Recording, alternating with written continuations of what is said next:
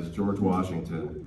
When you first stepped out to play that role compared to now, what has that role taught you, and what have you done with that role? Oh, you have some good questions. I remember that first performance. I started in the Chicago company in 2018.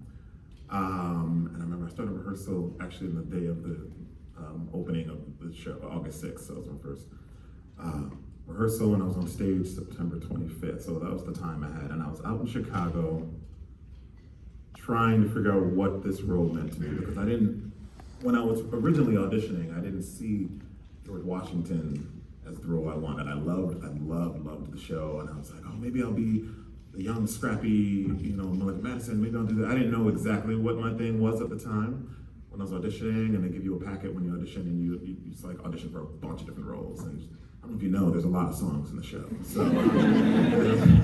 So I sang a bunch of the stuff, and I remember through the audition process and the callbacks and all that, I was then later given the George Washington material packet, and I was like, oh wait, this feels different, actually. Doing this one feels layered in a different way.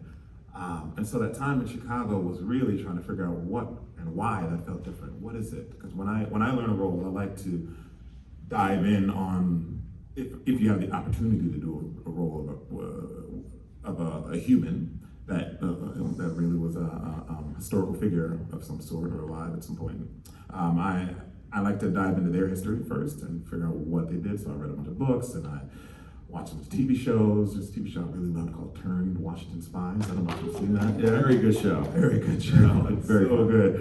And I binged that in my rehearsal process. So I was like watching that, and I'm talking to other people who were Washingtons, and so I was like absorbing everything I could from other sources. And then I was like, okay, now let me go inside and see how I relate to the things that I've been gathering. And when I do a show, do a role, I don't like to play pretend. And I don't feel like if you're playing pretend, it feels fake. I think you have to find yourself, right? You have to be yourself in different circumstances. So I was finding myself as well during that rehearsal process. And the first thing that I attached to at the time in 2018 was that I'm an older brother to a lot of siblings, right? I didn't have a family myself, but I am an older brother. I was like, okay, that's enough. I could start there and start building after that, because I know what it's like to be a paternal figure in that way. With somebody, I'm one of 10, so I have a lot of siblings. So I have older brothers, I have many younger brothers as well. So that's what it was. When I first started the show, I stepped on the stage, and I was frightened. I remember that first step. I'd done all this work for those 6, 7, whatever weeks that was, and my mom was there, and I had a couple friends, and my brother, and best friend, and all that. And I went blank, completely blank, right before. Everyone's on stage singing, doing their thing, and I'm like, I don't know these words. Everyone in the audience is gonna know these words. I know these words. Oh my God. And then I took a deep breath and just no, you know this, it's gonna come out, it's gonna be there, it's gonna be great. And I took a step, and the words came out. I was like, great, okay, cool, this is great. But I remember that, being on that stage and thinking of my little brother who was in the audience, and coming from that place when I started in 2018, and all these years later, now I am a father. I am a father, I am a husband, I am a very different human than I was 8, 7, whatever years ago.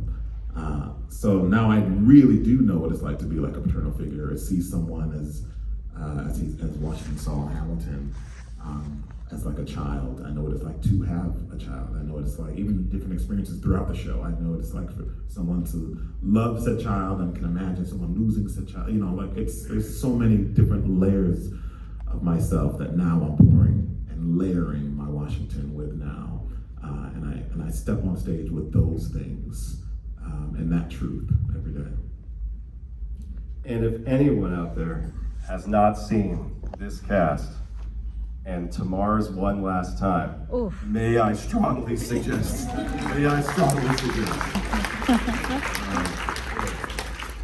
And so, Eliza AKA Morgan Anita Wood.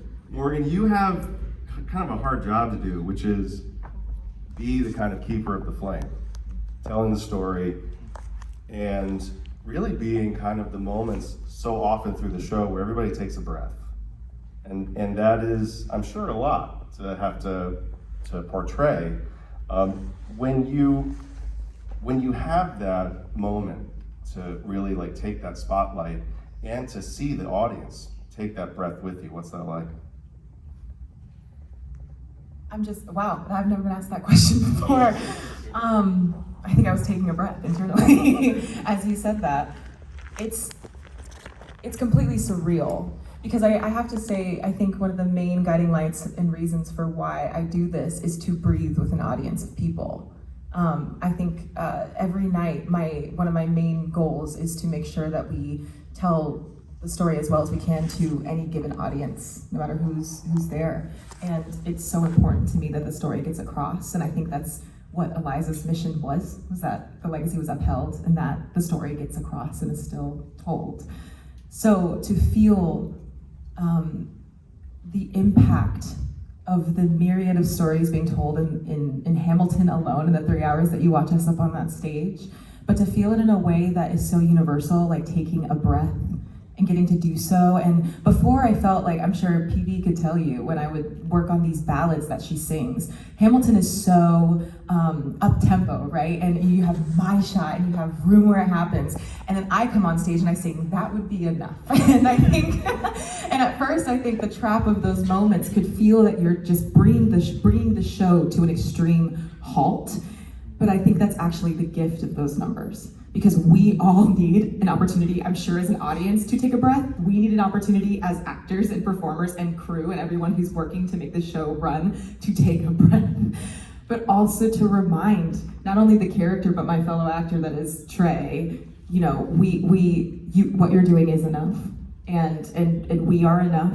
And you are enough, like in this space. And I feel like that is the underlying mission of not only, you know, Eliza, the character and the person who existed, but for, I think, Morgan, you know, to just make sure we're all breathing. And that's the main question I usually get at, you know, what my breath means at the end of the show. And I think it just feels, the answer sometimes changes, it evolves, especially as I evolve and change and grow, and I see different things as I take in that last breath. But it does feel like a beautiful opportunity for all of us to just inhale as a community, and then as the lights go out, I get to exhale with my because we just did this like ginormous undertaking of a show that you don't even see what goes into it. And like Giselle so beautifully was explaining earlier, you don't even know maybe the layers of what we are experiencing on a human basis when we walk into that building on any given day and still have to put up this monumental show. So I hope that answered the question. Yes, these are hard questions. I'm telling you, we were not prepped. We were not prepped. And you're doing a fabulous job. Yeah, I'm so glad you made that connection to the last moment in the show. That was going to be maybe a follow-up from me, but it's a really amazing moment. And you mentioned the connection that you have with, of course, Trey as Alexander Hamilton himself. And Trey, you get to literally walk out on stage, spotlight on you, and say the words, Alexander Hamilton. My name is Alexander Hamilton. Okay, first off, that's just crazy. I mean, that's crazy. It is. And when you first did that, run us through that moment, please. Okay. It was December 22nd, 2019. I was not playing Alexander Hamilton when I first started Hamilton, right? It was a track that was added to my original track, which is Off Stage. I was playing all the Sons of Liberty, Lafayette, Lawrence, Mulligan, and 2 ensemble tracks, Man 5, you know, James Reynolds, and Man 6. And it was in maybe September, they asked me to put Hamilton on tape, right? And I thought they'd never see me as a Hamilton ever, you know? So I auditioned for it, and they said, you know, we want to add Hamilton to your coverage. In December 22nd, 2019, my mama was there, and I got to debut that track of Alexander Hamilton, and coming out on that stage, to say that is the scariest moment to this day. I'm not even kidding. It means everything to start off the show that way. And it's that, you know, I've been directed to portray the chip on my shoulder in that moment, and it just makes it very real, because when you're coming into this role, having people who've played it before you, and I had the cheat code, y'all. I did the show with Lynn in Puerto Rico. Me and Morgan, we did the show with Lynn, and it changed my life. Watching the show every day because I was off stage, being able to take that in, to then go into the moment, December 22nd, to say that on the X was everything to me, and to this day, it scares the crap out of me. And I think the first moment I sang it, and even my debut playing the role for the full time, it's like my voice gets kind of shaky. You know, I walk out on stage and everything is shaking, and I just, Alexander Hamilton, and I'm trying to like find my core, and I just have trouble with it. Tonight I might still too, because you never know who's watching the show and what it means to people. Because Lynn, I mean, he means a lot to me, and In the Heights meant a lot to me. Yes. So being able to play the role that he played and stepping on stage, it just replays in my mind every single time I do it. Yeah, and I want to mention, I didn't realize I actually inhale with you at the end of the show. I don't know if the whole cast does, but it just made me, your question made me think about that. And when I say the first lines of the show, it's kind of like I'm inhaling too, and just I don't get to exhale till I get shot, really. So yeah, it's crazy walking out there doing that. I didn't think you'd ask about that. It's cool. It's the scariest part of my entire show, bro. Yeah. So you're saying that you exhale when you go. No, literally, I swear to God. It's like, wait, boom, doom, doom, doom, and I go, thank you, God. And beat in time and everything. And it's like, here we go, you know what I mean? Yeah. Every show. What is the song that is the most fun for you to sing? We know. The song We Know, I don't Yeah. even know if y'all know Yeah. it's what it's titled, but it's when they're like, Yeah. we had the check stubs from separate Separate accounts. accounts. That is my favorite song to do, because it's the build up for it, and I like to challenge myself to do that first part in one breath. So, I'm a rapper first. Just by the way. I love to rap, and I wanted to be in this show so I can rap better than David, but I could never do that. But that was like my goal, to do that, and it's kind of how I approach the character too. Follow-up question: what are you about to ask? Why you would try to out-rap David? Nah, just because I got a hard head, and he's an idol for sure. Yeah. Yeah, one of the models Yeah. for within this show. Trey, you talked about performing in Puerto Rico with Morgan. Yeah. That must have been wild. Nuts. It was, to this day. Manila is a runner up, but to this day I think that's the craziest. Alexander. Wow. Yeah. I mean, Lynn was playing the role, so I think he held it for what, like a minute. At least. Yeah. But I'm gonna tell on him actually right now. What he do? Sometimes he walk out on stage and let it go, and to get that second, you know how it's like a and then there's like a right? Leslie got that effect too. He be out there Yes. pretty hard, yeah. But Lynn will go out, he'll do it, let it simmer a little, and then put his hand on his chest, and then it was over. It's cool. Puerto Rico was so tight. It is kind of For that wild. to be the first time was is insane. Yeah. Yeah, we were. That's it. It still kind of blows my mind, because as you were mentioning earlier, like how the show is such an undertaking to learn. Period. But like for that to be our first experience with the show, and Lynn is our Hamilton. He was doing Mary Poppins press at the time. Like we didn't even have him in rehearsals until some of our last few dress rehearsals in Puerto Rico, and then to perform it.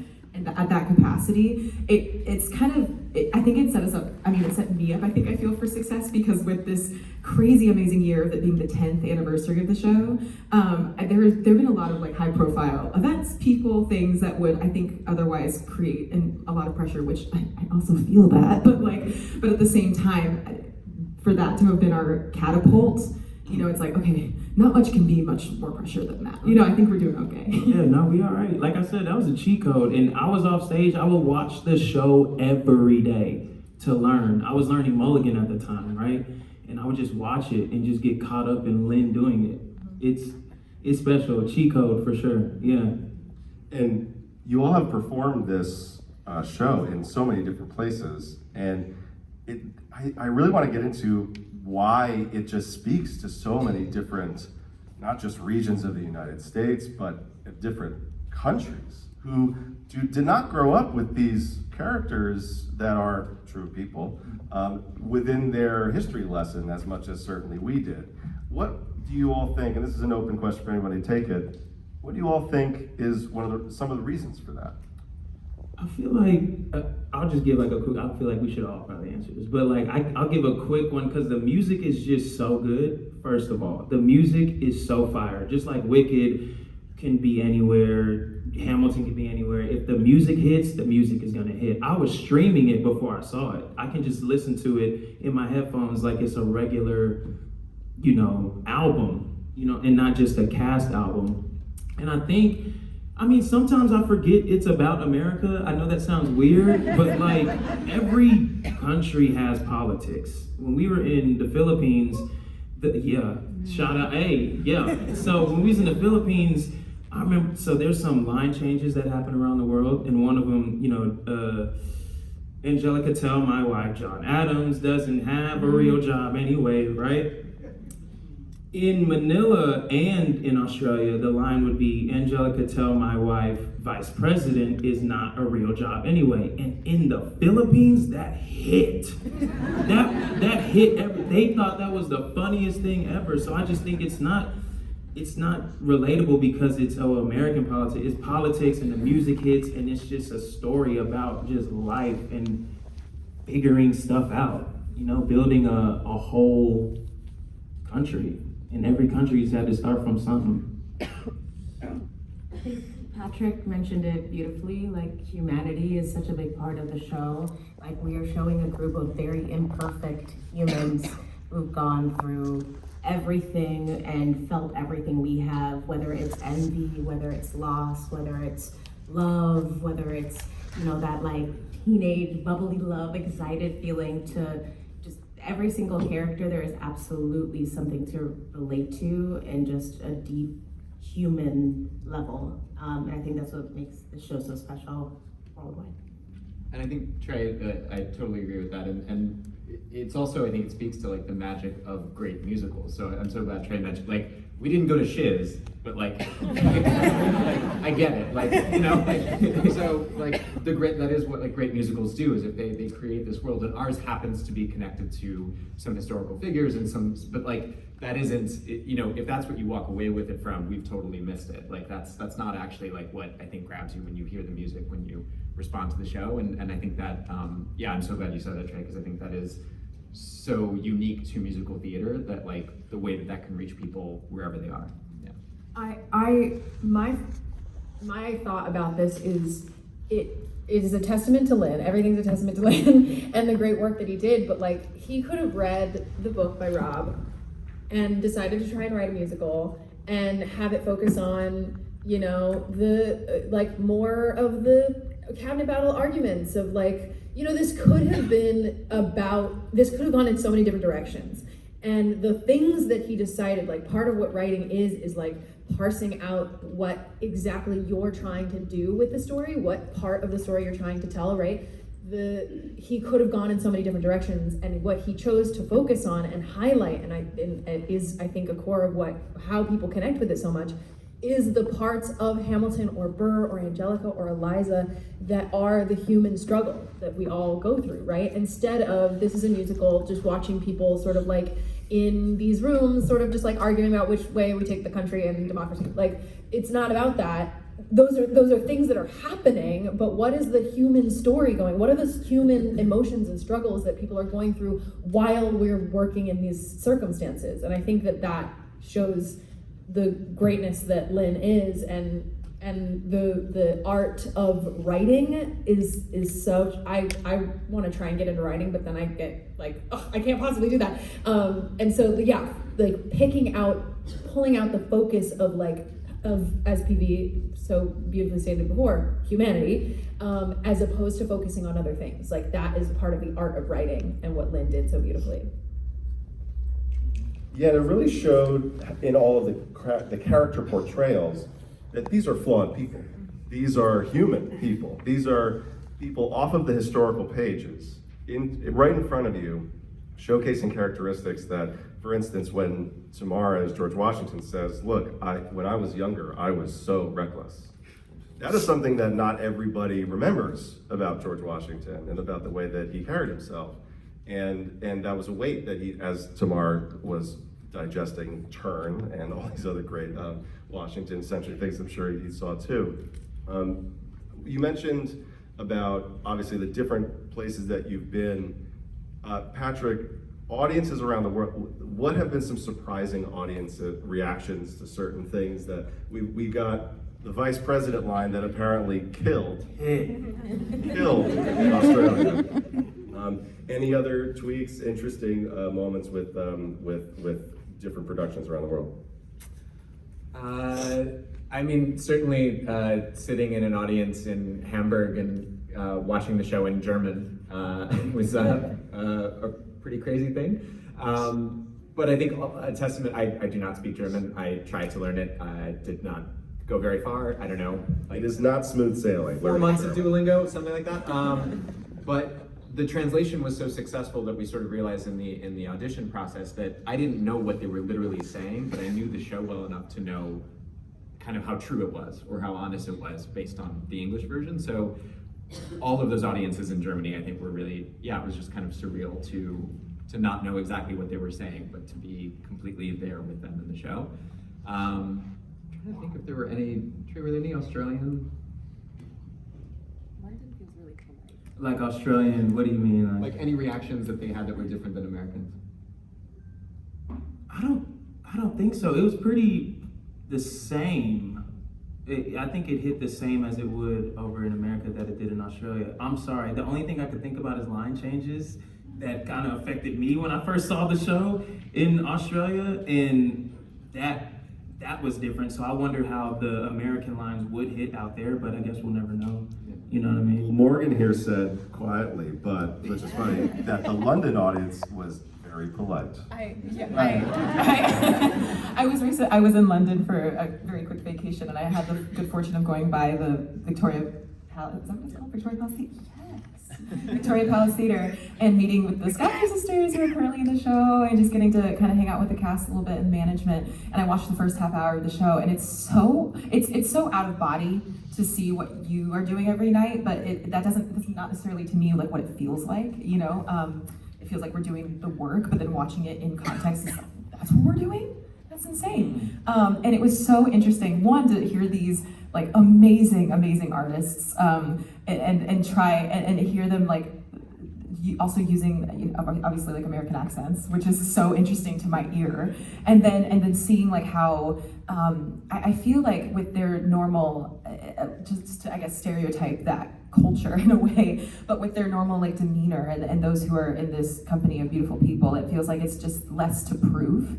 And so it felt really interesting to watch them all on stage. And I'm like, oh yeah, I guess I could do a little less there, like, you know, or oh yeah, that's a really beautiful, quieter moment. And that's also, I think, only matched by this audience who is completely captivated by their performances, yet aren't as, you know, I mean, there's nothing wrong with a rambunctious audience. We love it, and we've been experiencing it a lot with Leslie. But yeah, I think it's just an interesting comparison to make us. You're just sitting there as an observer. I sat in the sound booth and got to watch a little bit, and it was just so wild to like feel like you could hear a pin drop, but it's because they're listening. Right. You go ahead. Well, that was, yeah, I was gonna say that is something that like you know, right now, yes, at the Richard Rodgers Theater, I think it's pretty consistently a very wild audience reaction.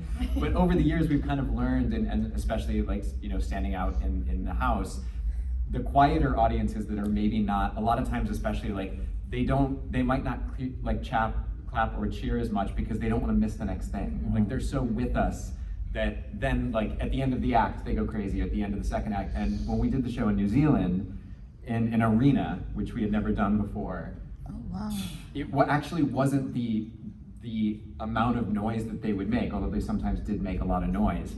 But to hear an arena completely silent during Quiet Uptown, like that's like, those were the moments that like will actually stay with me about that. So it's exciting when the audience reactions are a lot, but sometimes it's just as magical when you know that they're so with you, they don't want to like interrupt the air, you know, like they just want to be right there with you.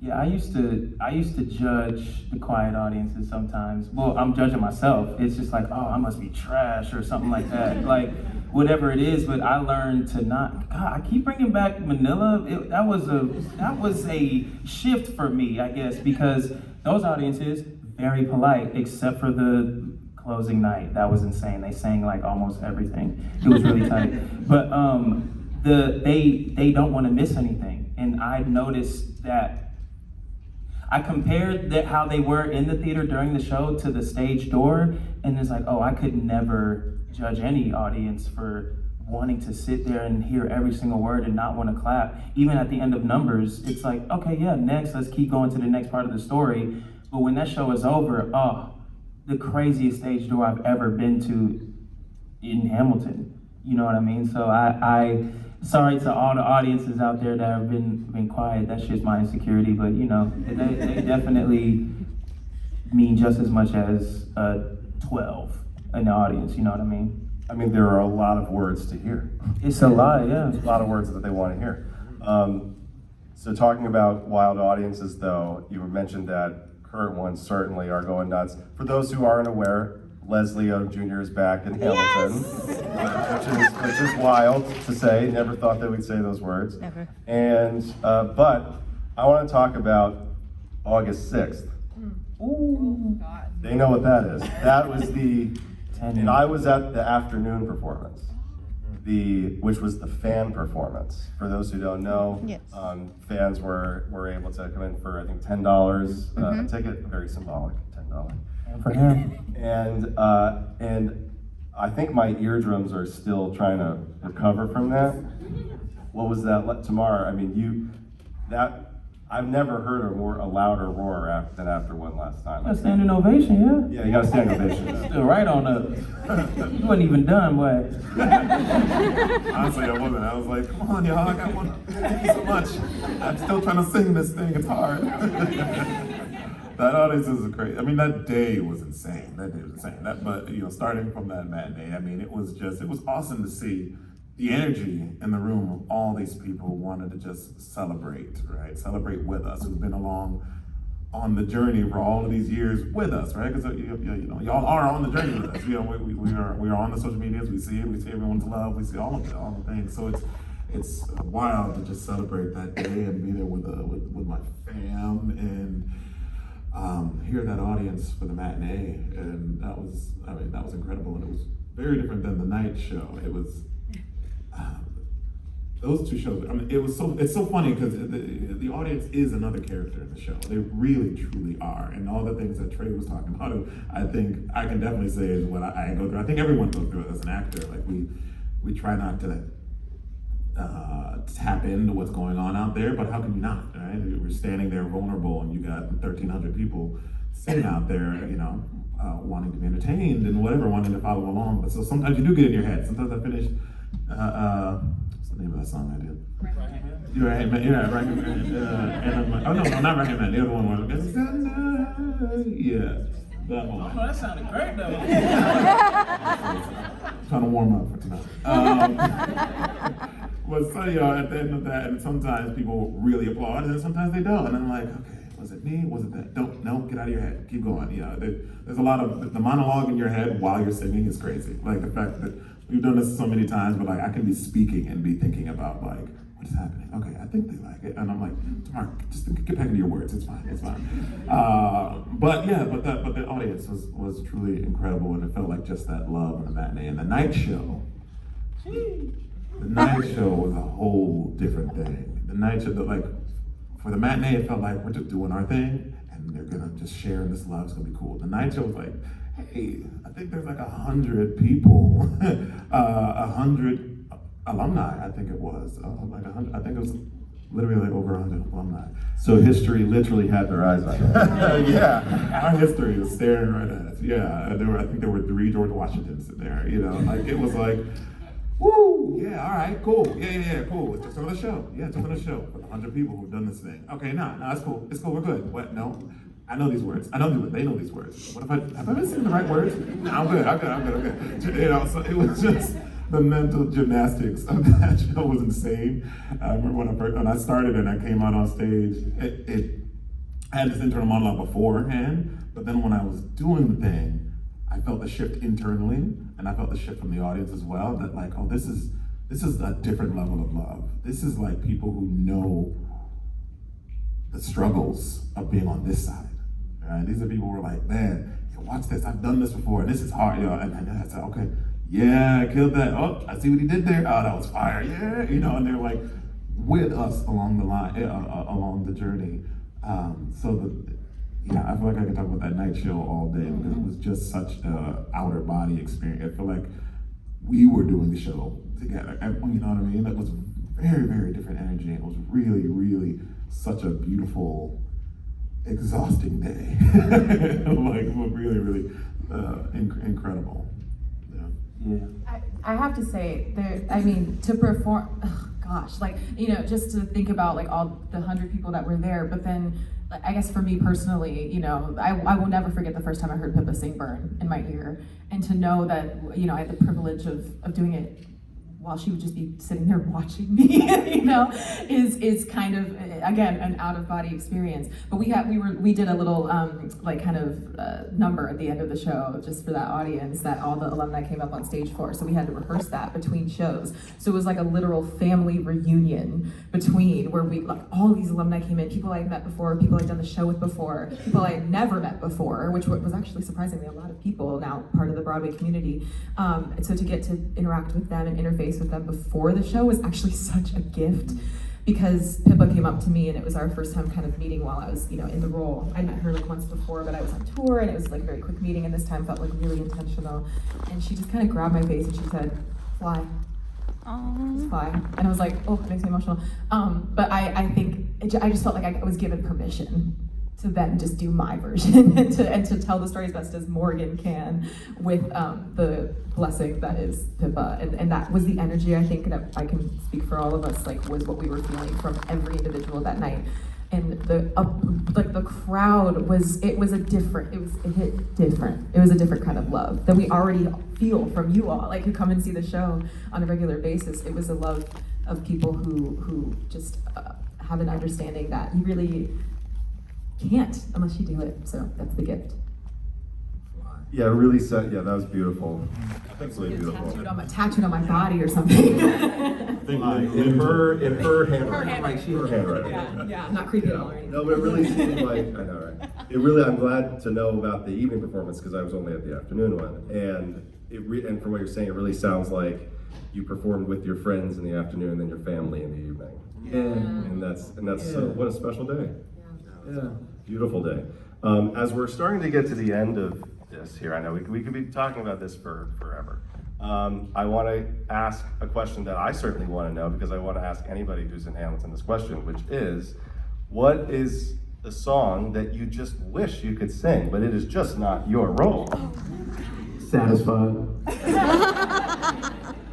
Period. It's the dopest, hardest rap in the whole show. Yeah. Yeah, definitely. And you must, I'm sure you sing it in the shower, car. Oh yeah. Absolutely. And the love of my life, who I met in Australia, she was the OG Angelica out there, so definitely want to make her proud by doing it good. You know what I'm saying? So yeah, it's my favorite one to do. Yeah. All right, who's next?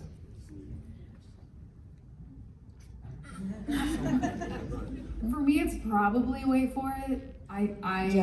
I would love to tackle the nuance that is Burr and the complicated things that he goes through in the show, and so I think it's wait for it.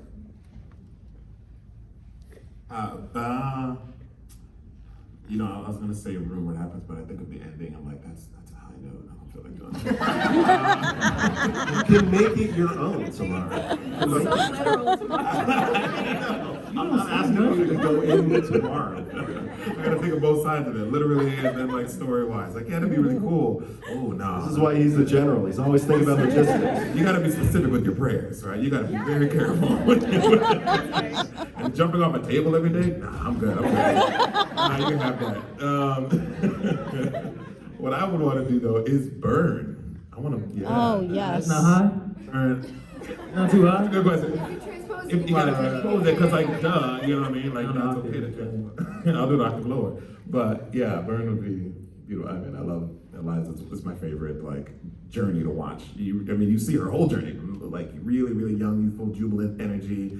You see the pain she goes through, all of it. And I just love when you see a journey and you can really live that journey, and then you get to that point, and that's her moment of like, just showing your heart. You know, it's similar in many ways to One Last Time, right? Like it's like watching Hannah journey, doing all these things, and now it's different, right? Now I'm ready to step away, and I'm like, I'm passionate, whatever. But burn is like a big middle finger, kind of, you know. Like, and I want to do that. And I want to burn the letters. Yes. I want to burn letters. That's so hard. There's so many good songs, you guys. I don't know. There could be more than one. That's okay. I know. We've got time for more than one. I agree with Giselle. I think one last time. I think that was my second one, clearly. Between Wait for It, One Last Time. Wait for It. Something about I'm the one thing in life I can control.